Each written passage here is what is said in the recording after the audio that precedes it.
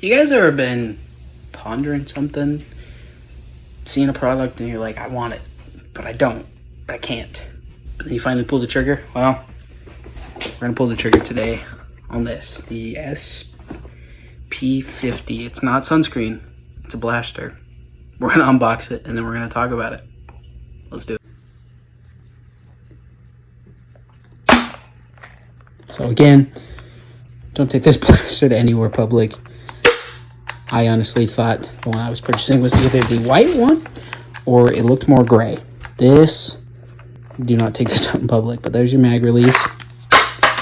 You can gravity drop it. It's really nice silhouette. It's comfy. It's big. So it kind of reminds me almost of a Desert Eagle a little bit.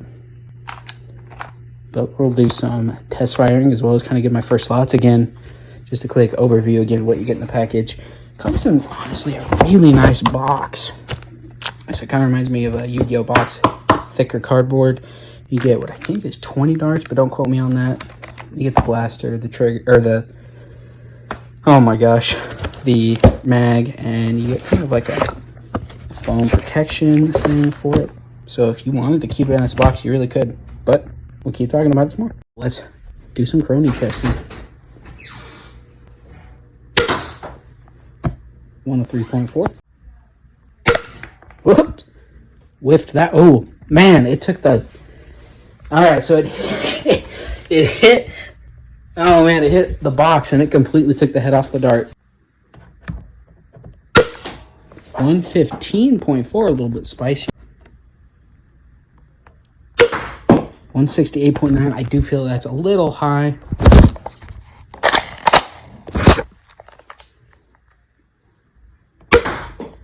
Yeah, 184.3 feels a little high. When you run out of ammo in your mag, it does that like semi-auto pistols will do, and you can slide release it with that button. Pretty cool. Alright, so final thoughts on this blaster here. Very cool, very real steel inspired. I love that it reminds me of a Desert Eagle, kind of this back end a little bit, front end a little bit. Picatinny rail on the bottom.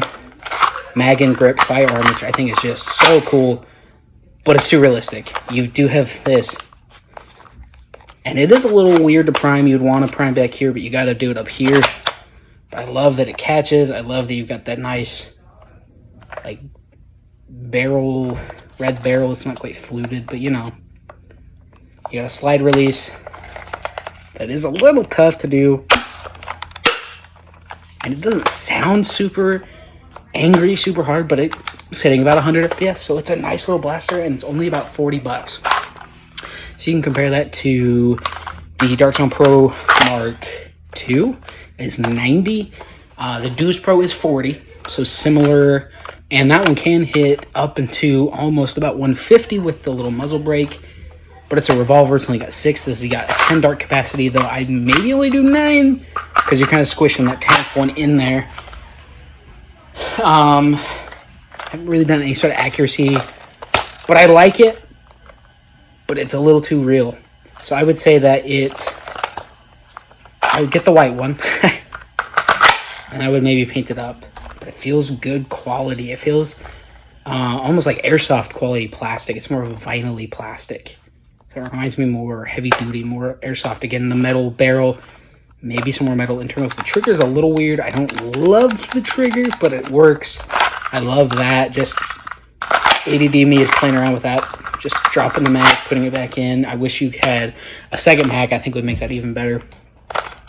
But let me know your guys' thoughts on this and other blasters like this. I had been looking for a high performance pistol. I had been watching a bunch of reviews, and there were some higher end ones like the Zinc, the Fire Rat. They were a little more money. But I saw Gordon Sue review on this one, and it seemed really good for the price, so I went ahead and picked it up. Let me know what you guys think.